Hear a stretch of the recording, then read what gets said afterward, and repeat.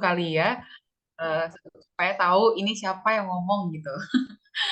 Ya, saya Kezia atau Kak Sayu, Bapak Ibu bisa memanggil saya Kezia.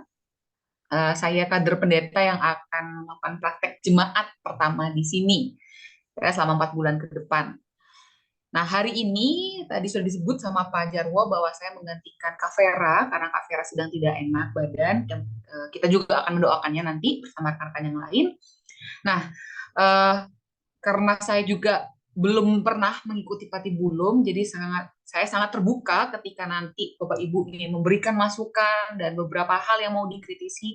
Saya sangat sangat sangat ingin banget untuk belajar bareng dan saya juga mohon maaf kalau misalnya nanti ada hal-hal yang mungkin kurang gitu ya di bagian yang akan saya bagikan. Tapi nggak apa-apa biar kita bisa saling melengkapi ya, biar supaya percakapan ini tidak satu arah. Saya mau izin dulu untuk share.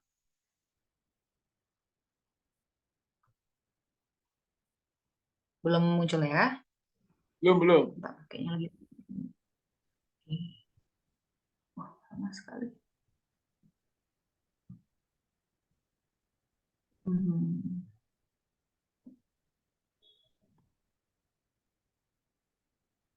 Oke. Ini Ya, kayaknya wajah sudah. saya di. Oke, wajah saya Udah, Kak dicoret. Kesha, udah muncul. Oke, ya.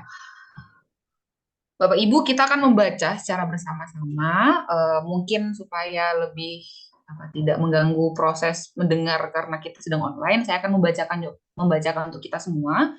Bagi Bapak Ibu Saudara yang punya TB2 boleh, tapi saat ini saya menggunakan TB1 ya. Jadi bisa menyesuaikan. Karena yang TB2 belum ada digitalnya, jadi sulit untuk mengerti satu persatu. Ya, jadi mohon dimaklumi. Oke, kita akan baca Yosua 14. Inilah semuanya yang diterima oleh orang Israel sebagai milik pusaka di tanah Kanaan yang telah dibagikan kepada orang Israel oleh Imam Eleazar dan Yosua bin Nun dan para kepala kaum keluarga dari suku-suku mereka.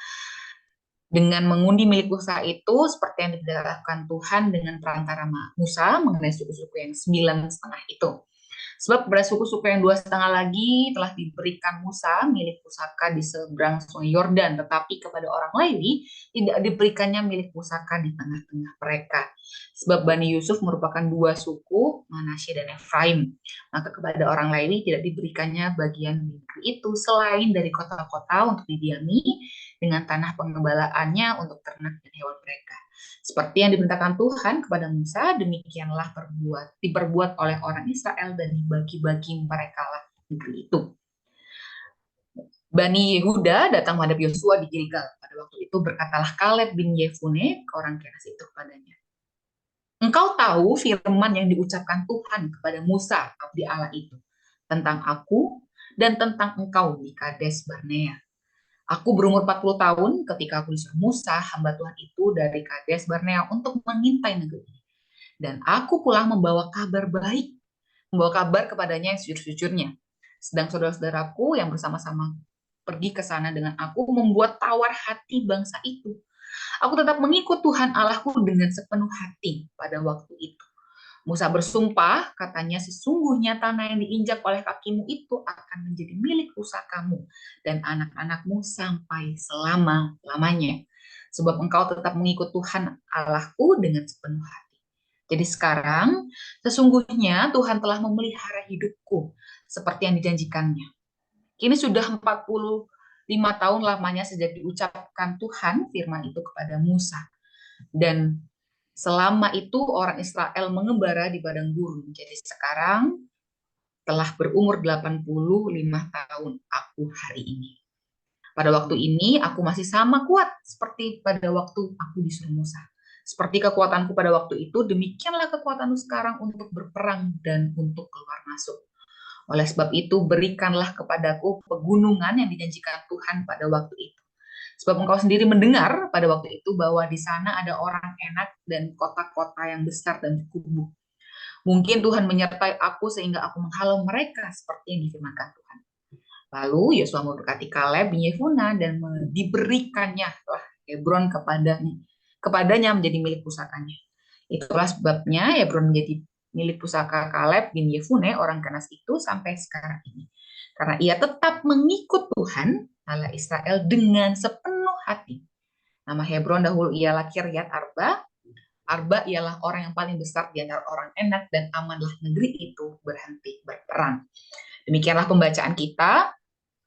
Ya, kalau kita melihat dari yang ditulis gitu ya, di bagian Alkitab sendiri ada dua, gitu ya, pembagian tanah Kanaan dan bagian di mana Kaleb mendapatkan Hebron. Kalau nanti kita akan membahasnya adalah pembagian tanah Kanaan ini lebih kepada hanya memberitahu gitu ya secara tidak langsung bagaimana sih tanah Kanaan ini dibagi, apa urgensinya, siapa yang membagi gitu ya, dasarnya apa, cara membagi itu gitu ya, apakah membagi sesuai urutan, apakah membagi tanah itu sesuai warisan zaman sekarang gitu ya, zaman sekarang kan bisa dibagi rata atau sesuai keputusan masing-masing. Nah, bagian yang kedua itu akan kita lebih dalami tentang alasan gitu ya, kenapa Kaleb ini menelak, alasan kenapa Kaleb ini minta gitu ya, mohon untuk mendapatkan bagian. Nah, tadi ketika di awal Pak Jarwo sempat tuh membahas kalau kita bahas Kalebnya gimana gitu. Saya sempat memikirkan itu, tapi saya tidak masukkan dalam PPT ini. Jadi nanti mungkin secara lisan ya, saya coba untuk jelaskan. Yeah. Nah, yang pertama, tanah Kanaan itu tidak sekedar direbut gitu ya, untuk hanya dibiarkan, tapi untuk didiami. Jadi tanah itu memang bertujuan diambil gitu ya, didudukan untuk hidup bersama. Nah, tapi dalam menduduki tanah itu tidak boleh seenaknya gitu ya, untuk menetap, oh aku yang duluan, aku yang di sinilah gitu. Aku yang dekat dengan mata air, atau aku yang di tengah-tengah di gunung-gunung. Tetapi ada pembagian terhadap tanah itu. Nah, bagian ini gitu ya, ayat 1-5 itu merumuskan 3 hal ini. Siapa yang memimpin, jumlah suku, dan aturan yang dipakai. Tentu yang memimpin tidak hanya Yosua, jadi tidak hanya Yosua yang memberikan wewenang atau memberikan apa yang ia bisa pilih gitu ya, atau tentukan karena ia adalah sebagai pemimpin. Tapi Yosua juga mengajak ya Eleazar, seorang imam, dan juga kepala kaum keluarga. Jadi semua kepala kaum itu diajak bersama-sama untuk merundingkan gitu ya, tapi bukan musyawarah mufakat, tapi menggunakan pengundian. Gitu ya. Jadi ini adalah sesuatu hal yang saya lihat sebagai keputusan yang bukan melihat siapa yang paling besar, siapa yang layak, tetapi mereka pada saat itu masih menggunakan atau mempercayai bahwa pengundian itu adalah hikmat dan roh dari Allah. Nah, itu yang kita bisa dapati.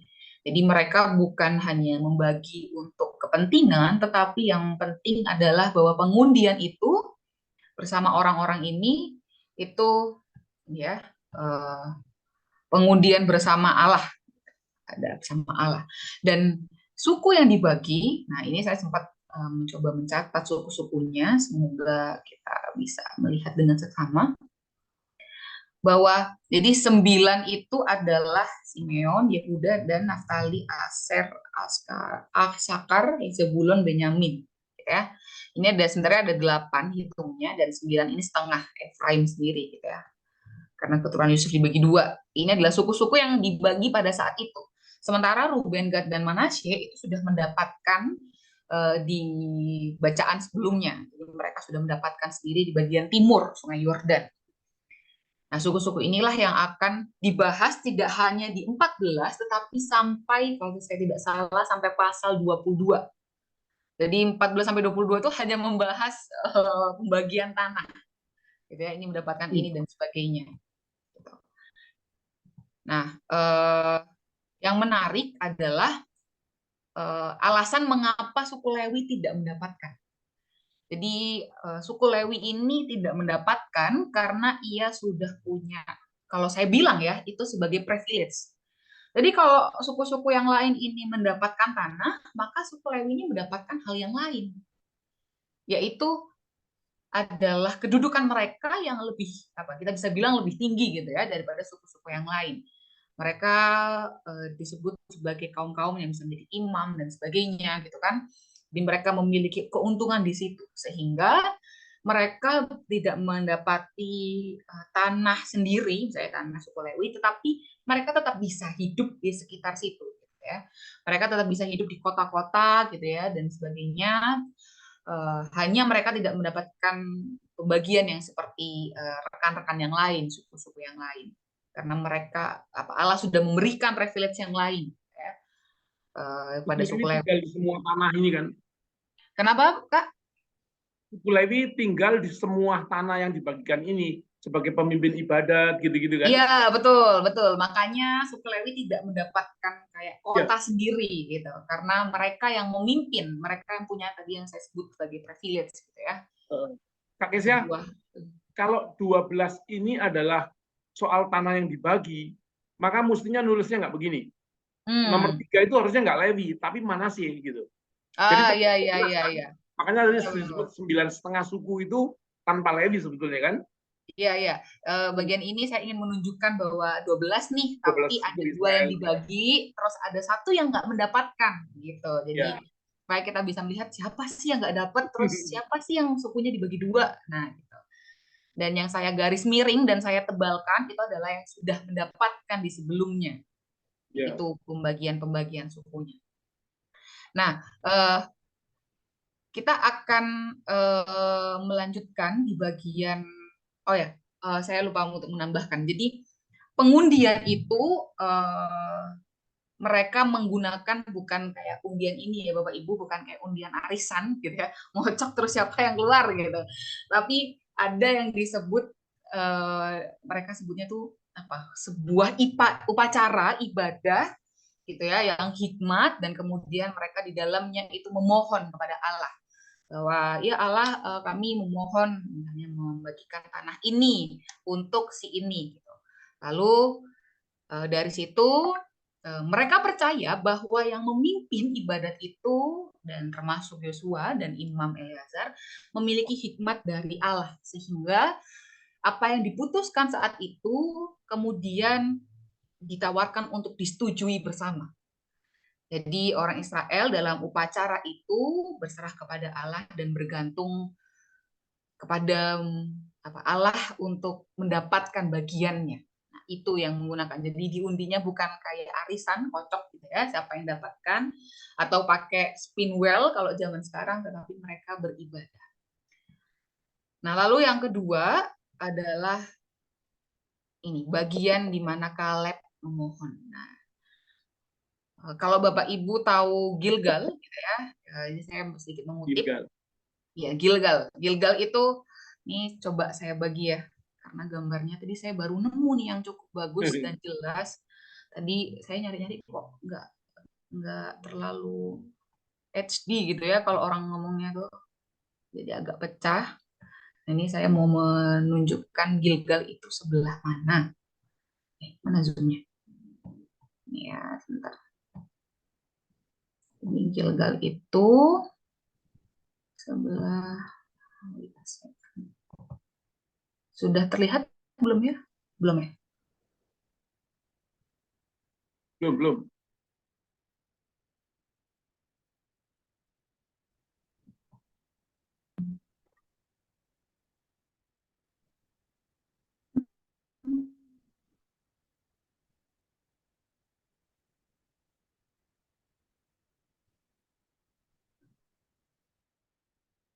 Apakah sudah terlihat? Belum Kak Kesia. Oh, aduh, ntar ya. Ini kayaknya laptop saya yang harus beli baru ini. Udah. Oke. Jadi Gilgal itu sangat kecil di tengah sini. Ya, itu Gilgal. Ini sebelum dibagi ya Bapak Ibu, sebelum ini semua sudah terbagi. Simeon di mana, Yehuda di mana, Ruben di mana, Gad di mana.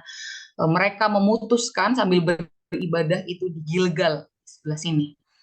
Dan Gilgal itu semacam tanah gurun gitu ya, gurun yang atau tanah kering yang cukup gede gitu ya, dan itu berdekatan dengan Sungai Yordan sini ya. Di Sungai Yordannya dan Gilgal itu di sini. Jadi itu cukup luas sebenarnya saat itu. Nah, mereka beribadah di situ, mereka menentukan bagian-bagiannya itu di situ gitu ya, tempat di mana mereka membagi. Nah, kita akan masuk ke ini, ke bagian berikutnya. Kalau saya taruh ke PPT nanti kecil gambarnya, nggak bisa di zoom. Jadi, makanya saya pisah. Eh,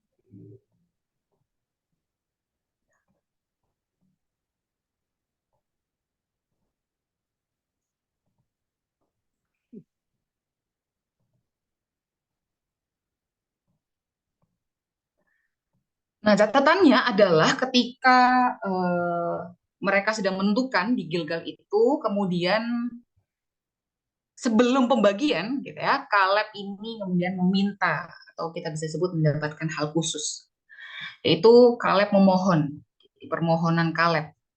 Bagian bacaan Yosua dari ayat 6 sampai 15 itu dibagi dua.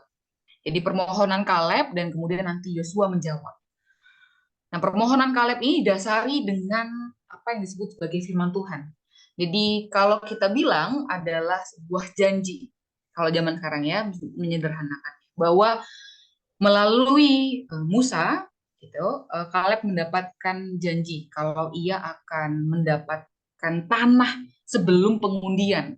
Jadi spesial, case khusus gitu ya.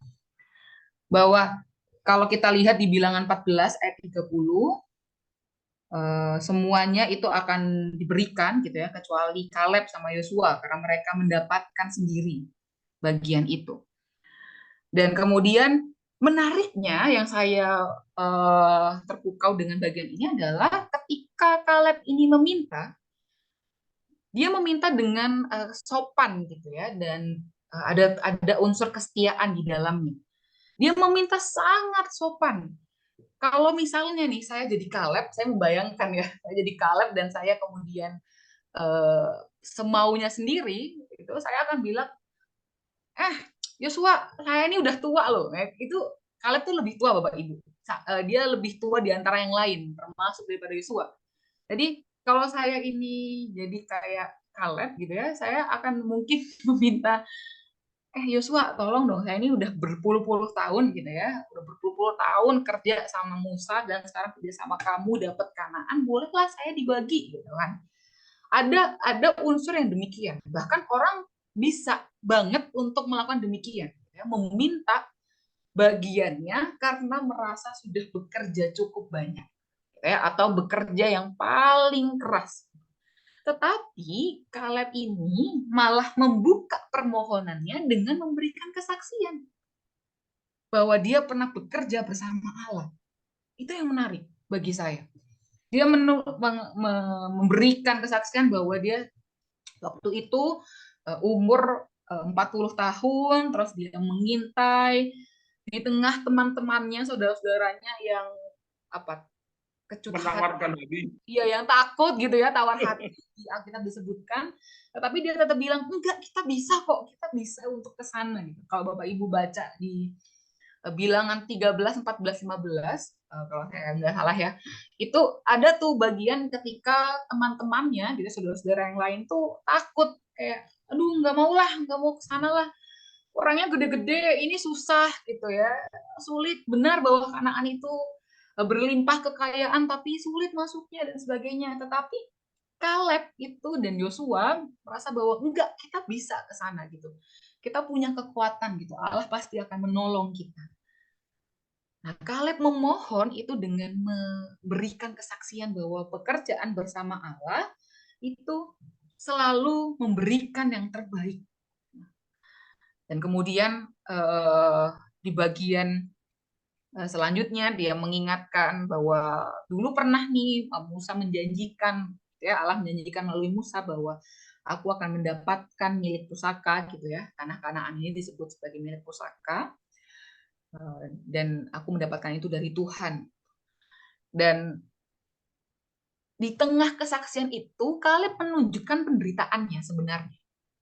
Jadi rasa dia sedih, rasa dia mengingat berpuluh-puluh tahun perjalanan ini ada orang yang menderita, ada orang yang mati, ada mungkin Kaleb kehilangan saudaranya, anak cucunya juga kehilangan gitu ya, banyak orang yang dikorbankan di saat itu. Kaleb sempat menunjukkan gitu ya ketakutannya, tetapi ia tetap mengucapkan, kalau kita bisa bilang yaitu mengucapkan syukur. Dia mengatakan bahwa ya jadi sekarang pun itu Tuhan memelihara gitu hidupku. Dan meskipun ini sudah berjalan 45 tahun, tetap bahwa Allah yang memelihara hidupku. Bahkan Kaleb mengatakan, ini yang saya cukup amazed ya sama Kaleb di ayat 11. Pada waktu ini aku masih sama kuat. Pada waktu ini aku masih sama kuat, sama seperti pada waktu aku disuruh Musa. Itu berarti dia sekarang 85 tahun ya Bapak Ibu. Dia mengatakan bahwa saya di umur 85 tahun ini masih sekuat di saat saya umur 40 tahun yang lalu ketika saya diminta Allah untuk melalui Musa diminta Allah untuk masuk dan mengintai tanah Kanaan.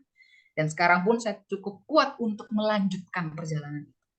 Dan ini adalah bagian yang saya cukup terpukau dengan permohonan Kaleb. Jadi sebagai orang yang punya pengalaman cukup lama dan paling tua, ia tidak menggunakan kekuatan itu gitu ya, ketimpangan pengalaman itu, tetapi ia malah merendahkan hatinya, kemudian memohon dengan sopan kalau saya bilang ya, dengan sopan. Dan yang dimohonkan oleh Kaleb adalah Hebron. Ya. Hebron itu dia menyebutkan kata pegunungan, gitu ya, berikanlah kepada pegunungan, dan di saat itu disebutkan bahwa di pegunungan itu ada orang-orang atau kaum-kaum enak, gitu ya. Nah, kaum-kaum enak ini kalau kita baca di bagian bilangan juga disebutkan kalau kaum-kaum enak ini mereka berada di daerah yang disebut Hebron. Dia hanya meminta itu karena Hebron itu yang paling bukan paling ya, tetapi sempat dicatat bahwa Hebron ini orangnya gede-gede di dalamnya dan sulit untuk dikalahkan sehingga ia mengatakan bahwa ketika saya bisa mengalahkan itu, mohonlah supaya itu diberikan kepadaku. Hanya itu saja gitu, yang diminta. Dan kemudian Yosua mengabulkannya. Ya, Yosua adalah teman seperjalanan, kalau saya bisa bilang ya, teman Pengintaian. seperjalanannya. Iya, bestinya Kaleb dalam berjuang merebut Kanaan. Jadi saya yakin Yosua juga tahu gitu ya saat itu apa yang diminta oleh Kaleb. Saya yakin bahwa Yosua juga tahu kenapa dan pergumulan apa yang kemudian diberikan atau disampaikan Kaleb kepada Yosua saat itu, sehingga ia pun kemudian memberkati dan kemudian memberikan, jadi menyambut dan mengabulkan. Sebab ia tahu bahwa kalau disebutkan di ayat Alkitab ya, kalau ia tetap mengikut Tuhan gitu ya dengan sepenuh hati. Nah, Bapak Ibu, kalau kita mau lihat Kaleb itu bukan di bacaan ini, tetapi saya nggak tahu apakah sudah pernah dibahas gitu ya di Patibulum sebelumnya. Saya belum sempat ngecek Patibulum sampai akhir gitu ya, tetapi kita bisa lihat di bilangan pasal 13 dan 14. Itu yang tadi saya bilang tidak saya catat. Ya, bilangan 13 dan 14. Ya, nanti kalau Bapak Ibu mau baca dengan seksama nggak apa-apa, tapi saya akan mencoba merangkumkan beberapa gitu ya. Bahwa di bagian ini itu soal pertama disebutkan ke-12 pengintai, kemudian adanya pemberontakan. Pemberontakan itu ketika bangsa Israel merasakan, udahlah capek kita buat maju lagi gitu ya, ini sulit, terus mau mengambil Kanaan juga sulit. Makanya mereka kemudian memberontak dan mereka bagian bilangan 14 itu juga soal ketika mereka mencoba menyerang bagian selatan dan gagal. Nah, menariknya Bapak Ibu, kalau kita baca 13 dan 14 itu ada 3 karakter dari Kaleb gitu ya. Dia memiliki karakter yang jujur. Kemudian itu yang kita bisa lihat tadi di bacaan sedikit di spill itu kalau zaman sekarang tuh dibuka gitu ya, di spoiler lah, di spoiler yang dia mengatakan kalau teman-temanku tawar hati tapi aku membawa kabar sejujur-jujurnya ya. Dan Kaleb adalah orang yang konsisten Jadi Kaleb dan Yosua gitu ya, bestian ini, mereka yang bersahabat ini konsisten untuk kalau gagal coba lagi gitu, terus terus terus kita harus terus gitu ya, kita harus terus untuk berusaha menduduki tanah Kanaan ini. Jadi ada jujur, konsisten, dan yang terakhir adalah sikap optimisnya. Itu karakternya Kaleb yang bisa kita jumpai di Bilangan 13 dan 14. Kejujuran itu kita bisa lihat Bapak Ibu dari kisah di mana ketika mereka dibagi gitu ya berdua belas, mereka diutus berdua belas lalu yang membawa eh, kabar mengenai bagaimana tanah itu, apa yang ada di dalamnya gitu ya, karena itu subur dan sebagainya. Lalu di dalamnya itu ada orang-orang bagaimana yang harus kita hadapi gitu ya, dan itu adalah Kaleb yang menyebutkan, yang memunculkan karakter itu. Dia mengatakan sejujur-jujurnya apa yang terjadi di Kanaan, apa yang ia dapatkan dari hasil pengintaian itu. Nah, dari sikap jujur itu, kemudian ia juga memiliki sikap yang konsisten gitu ya, tetap teguh dengan pendiriannya. Jadi nggak mudah untuk menyerah, terutama nggak mudah untuk mengganti atau mengubah keputusan. Ini yang keren ya. Saya membayangkan pada saat itu umur 45 tahun nih. 45 tahun kan kalau sekarang ya cukup lumayan sudah bilang cukup tua ya. Kalau umur 23 tahun mungkin bisa gitu ya, seusia saya masih bisa untuk bekerja olahraga gitu ya, yang bisa punya spirit yang tinggi, tetapi umur 45 tahun ini pasti memiliki kesenjangan kekuatan gitu ya secara fisik. Tetapi Kaleb pun pada saat itu tetap konsisten mengatakan udah kita harus tetap tetap harus jalan gitu. Kita harus tetap eh, mencoba untuk merebut tanah Kanaan ini gitu. Tetapi konsisten itu tidak serta merta dia untuk kekuatannya sendiri, tetapi konsistensi itu juga termasuk ketika ia mengatakan bahwa kita ini kalau mau berjuang tetap akan ditolong Allah, tetap akan ditolong oleh Tuhan. Itu yang menarik, bahwa konsistensinya dia tidak diandalkan menurut kekuatannya sendiri, tetapi dia juga menyerahkan kepada Allah. Makanya itu kita dapat menjumpai mengapa dalam permohonannya untuk meminta Hebron itu Kaleb memiliki rasa itu ya, rasa bersyukur, rasa rasa amazed kepada Allah yang tetap menyertai dirinya. Yang terakhir adalah sikap optimisnya gitu ya, ketika sepanjang perjalanan bangsa Israel itu bersungut-sungut, terus pokoknya ada masalah ngamuk, pokoknya ada masalah dibikin negatif gitu ya. Kalau saya lihat bangsa Israel nih kayak, saya kalau jadi orang tuanya bangsa Israel kayak kesel ya punya anak kayak gitu gitu. Mereka mau bisanya marah-marah, bersungut-sungut, minta instan gitu. Tapi dia tetap optimis bahwa ayo nggak apa-apa kita pergi ke sana gitu. Kita sanggup mengalahkan mereka, kita mampu gitu, kita bisa melakukannya hal ini. Dia selalu bersikap optimis, dia selalu menunjukkan hal-hal yang positif gitu ya, dan dia selalu memberikan harapan di masa depan gitu ya, harapan yang dia inginkan di masa depan. Jadi sikap optimisnya itu menunjukkan dia memiliki harapan di masa depan gitu ya.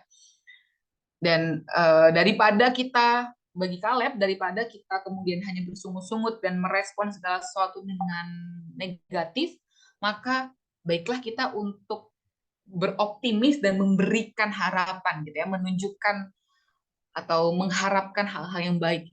Setidaknya harapan itu tidak serta-merta kita lakukan untuk berharap aja tanpa berusaha, tetapi harapan itu juga diimbangi dengan sikapnya yang mau konsisten itu tadi. Nah, itu adalah tiga hal yang atau tiga karakter yang bisa kita lihat dari Kaleb, dan rasanya itu menjadi dasar mengapa Kaleb kemudian mengajukan permohonan dengan sopan dan baik di bacaan kita. Nah, itu Bapak Ibu yang mungkin bisa saya bagi bersama. Ada kayak mungkin mau menambahkan boleh banget, atau kita mau kritisi bareng-bareng juga boleh. Itu ya Pak Jarwo. Ya, terima kasih Kak Kesia. Bapak-bapak, jadi demikian warisan Kaleb seperti yang disampaikan oleh Kak Kesia tadi.